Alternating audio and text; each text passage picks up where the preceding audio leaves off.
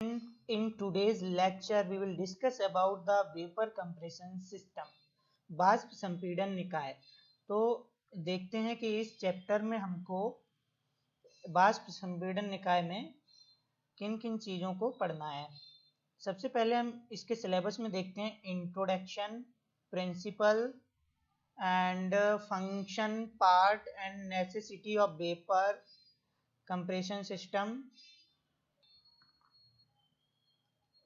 And TS and PH chart, dry wet and superheated compression system, सभी के लिए। ठीक है, उसके बाद हम बात करते हैं कि इंट्रोडक्शन, आखिर ये वेपर कंप्रेशन सिस्टम है, ये होता क्या है। तो सिंपल सी बात है, इसके नाम से ही हम पता लगा रहे हैं कि जो वेपर है, ठीक है, वाष्प है जो, उसको हम उपयोग करेंगे रेफ्रिजरेशन के लिए। ठीक, तो हम इसको बोलते हैं वाष्प संपीड़न रेफ्रिजरेशन निकाय वायु रेफ्रिजरेशन निकाय का परिवर्तित एवं सुधरा हुआ रूप है, जिसमें कार्यकारी पदार्थ की अवस्था वाष्प होती है।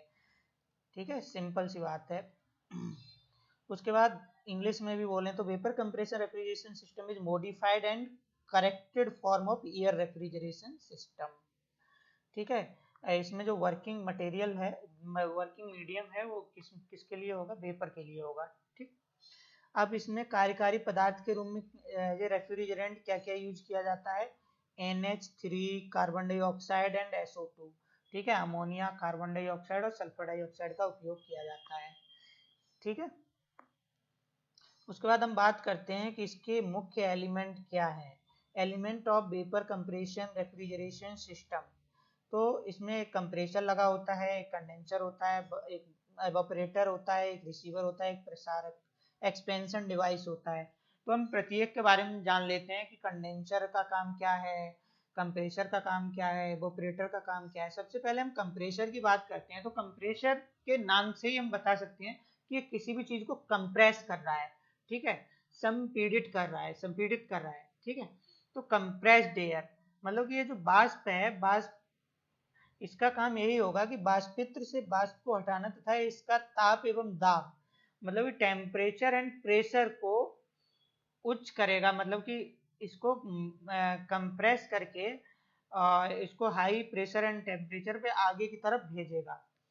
ठीक, जैसे कि तुमने देखा होगा कोई भी एयर कंप्रेसर होता है जो क्या करता है, एयर को कंप्रेस करके आगे की तरफ भेजता है ताकि वो आगे की तरफ अपना काम कर सके। इसमें क्या होता है, ये किसको भेजेगा, संघनित्र, संघनित्र मतलब कंडेंसर को भेजेगा। कंडेंसर में जब ये कंप्रेस्ड एयर जाएगी हाई टेम्परेचर पे, उच्च दाब एवं उच्च ताप पर, ठीक है, तो ये वहां पे जाकर के आसानी से संघनित्र में कंडेंस्ड हो जाएगी। ठीक है, उसके बाद हम बात करते हैं संघनित्र की। तो संघनित्र में जब हाई प्रेशर और टेम्परेचर पे जो एयर आती है, कंप्रेस्ड एयर आएगी, तो वो क्या होगी, ये क्या करेगा, उसको ठंडा करने का काम करेगा, मतलब कि उसको कंडेंस्ड करेगा, उसको संघनन करेगा उसका। ठीक है, यह निकाय में ऊष्मा अंतरण की तरह कार्य करता है। इसका मुख्य कार्य है गर्म वाष्प रेफ्रिजरेंट की ऊष्मा, मतलब कि जो उसमें गर्म भाप जाएगी, मतलब कि ये क्या करेगा, कंडेंसर एक तरीके से मान लो फेज ही बदल दे, उसमें जाएगी भाप और उसको बदल देगा दूसरी अवस्था में। ठीक है, तो ये गर्म वाष्प में से जो वाष्प होती है उसको हटा देता है, ऊष्मा को यहाँ से निकाल देता है। ठीक है, और उसको कंडेंस्ड कर देता है, एकदम से वापस से लिक्विड फॉर्म में बदल देता है। उसके बाद हम बात करते हैं वाष्पित्र की। ठीक, तो मान लो अब जो यहाँ से हमें कंडेंस्ड एयर, हमें कंडेंस्ड जो भी हमें कंडेंस्ड यहाँ से रेफ्रिजरेंट प्राप्त हुआ है, उसको अगर हम वाष्पित्र में भेजते हैं तो इसका काम होता है एवोपरेट करना। ठीक है, वाष्पित्र मतलब वाष्प में बदल देना। यह निकाय को ऊष्मा अंतरण सतह प्रदान करता है। वाष्प में कब बदलेगी, जब हम उसमें हीट को ऐड करेंगे। ये क्या कर रहा था, ये हीट को एक्सट्रैक्ट कर रहा था। ठीक है, और ये हीट को ऐड कर देगा इसमें। ठीक है, जब इसमें हीट ऐड हो जाएगी तो इसमें क्या होगा कि वाष्प में बदल जाएगा, जो तुम्हारा रेफ्रिजरेंट होगा वो वाष्पित्र क्या करेगा, वाष्प में बदल देगा। ठीक, एवोपरेटर का काम आपको समझ में आ गया। उसके बाद हम बात करते हैं रिसीवर की। तो ये एक ग्रहण पात्र है जहाँ पे सारी चीजें एकत्रित होती हैं। यह एक भंडारण माध्यम की तरह कार्य करता है। इसमें संघनित्र द्रव्य भरा रहता है। संघनित्र मतलब जो कंडेंस्ड होता है, जो हमें कंडेंसर से हमें मिलता है। तो ये एक रिसीवर होता है। उसके बाद हम एक्सपेंशन डिवाइस की बात करते हैं। एक्सपेंशन मतलब प्रसारक, जो प्रसार कर दे, बढ़ा दे, ठीक है। इसका इसका मुख्य कार्य है वाष्पित्र में रेफ्रिजरेंट की मात्रा को नियंत्रण करना, मतलब कि ये रेफ्रिजरेंट की मात्रा को कंट्रोल करता है।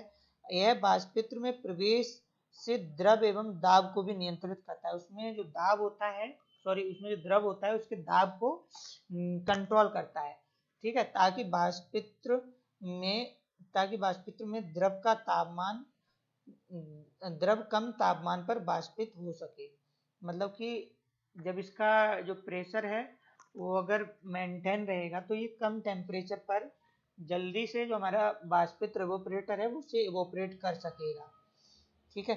तो ये इसका डायग्राम है, ठीक है। डायग्राम के द्वारा समझ लेते हैं। ये इन्होंने यहाँ पे एवोपरेटर लगा रखा है, यहाँ पे एक्सपेंशन वाल्व लगा रखा है, ये रिसीवर लगा रखा है, यहाँ पे कंप्रेसर लगा हुआ है और यहाँ पे ये कंडेंसर लगा हुआ है, ठीक। मान लो हमारा प्रक्रिया कहीं से भी, अगर यहाँ से हम देखते हैं, देखो ये रिसीवर है, रिसीवर से हमारा सबसे पहले मान लो ये कंप्रेसर है, ठीक, कंप्रेसर। तो कहीं से भी अगर हम कोई भी एक पॉइंट अगर पकड़ के चले, रिसीवर से पकड़ के चले, तो रिसीवर से हमारा जो मटेरियल है, जो हमारा रेफ्रिजरेंट है, ठीक है, रेफ्रिजरेंट जो है, तो मैंने जैसा कि मैंने बताया कि एक्सपेंशन वाल्व क्या करते हैं कि इसमें जो रेफ्रिजरेंट होता है उसके प्रेशर को मेंटेन करके आगे की तरफ भेजते हैं ताकि ये इसमें एवोपरेटर में आकर के जल्दी से एवोपरेट हो सके। तो यहाँ से एवोपरेटेड वाष्प जो हमारी आएगी वो कहाँ पे आएगी, उसके बाद कंप्रेसर में आएगी, कंप्रेस्ड कर देगा ये इसको। कंप्रेस करने के बाद अगर इसमें कंडेंसर में आएगी तो ये कंडेंस्ड कर देगा। कंडेंस्ड होने के बाद ये यहाँ पर सीधी हमारी वापस रिसीवर में आ जाएगी। तो ये प्रक्रिया इसमें चलती रहेगी। इसके पीएच चार्ट की बात करते हैं, ठीक है। पीएच का मतलब होता है प्रेशर इंथैल्पी, ठीक है। तो प्रेशर इंथैल्पी डायग्राम हम देखते हैं। इसमें क्या होता है कि जो वर्टिकल एक्सिस होती है उस पर हम दाब को, तथा जो क्षैतिज एक्सिस होती है, ठीक है, हॉरिजेंटल एक्सिस होती है, उस पर हम इंथैल्पी को प्रदर्शित करते हैं। मतलब कि इस तरीके से जो वर्टिकल रहेगा उसमें हम प्रेशर, और जो क्षैतिज हॉरिजेंटल रहेगा उसमें हम एंथैल्पी को प्रदर्शित करेंगे, ठीक है। तो इसमें 3-4 चीज़ों को हमें ध्यान देना है। पहला तो सैचुरेटेड वाटर वह होता है जिसमें तापमान संतृप्त तापमान एवं दाब संतृप्त दाब में बदल जाता है, तथा संतृप्त द्रव रेखा के बाएं स्थान को सबकूल्ड लिक्विड रीजन कहते हैं। ये हम अभी ग्राफ के माध्यम से आपको समझाएंगे, तो ये सारी चीज़ें आपको समझ में आ जाएंगी। तो ये इसका प्रेशर एंड एंथैल्पी डायग्राम है। तो इसमें हम देखते हैं कि ये जो डायग्राम है इसमें इधर की जो लाइन है इसे हम बोलते हैं सैचुरेटेड लिक्विड लाइन। इस रीजन को हम 3 भागों में भी डिवाइड कर सकते हैं। ऐसे मान लो अगर हम यहाँ से इसको यहाँ से ऐसे डिवाइड कर दें, ठीक है, इस तरीके से हम अगर इसे ऐसे डिवाइड कर दें तो इधर वाला जो रीजन है वो कहलाता है सब कूल्ड लिक्विड रीजन, और इधर वाला जो रीजन है ये हमारा कहलाता है सुपर हीटेड वेपर रीजन। इस वाली लाइन के इधर और इधर, ठीक है। जो ये वाली लाइन है वो हमारी कहलाती है सैचुरेटेड लिक्विड लाइन, क्योंकि ये लिक्विड रीजन की तरफ है। अब ये सैचुरेटेड वेपर की तरफ है तो इसे हम बोलेंगे सैचुरेटेड वेपर लाइन, ठीक।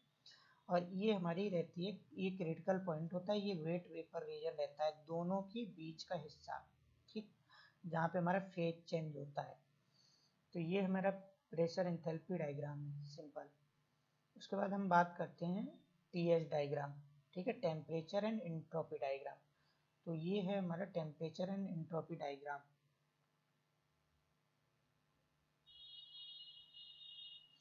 ठीक, जिसमें वर्टिकल डायरेक्शन में हमें टेम्परेचर दर्शाते हैं और हॉरिजेंटल में स्पेसिफिक एंट्रोपी या एंट्रोपी को हम दर्शाते हैं, ठीक।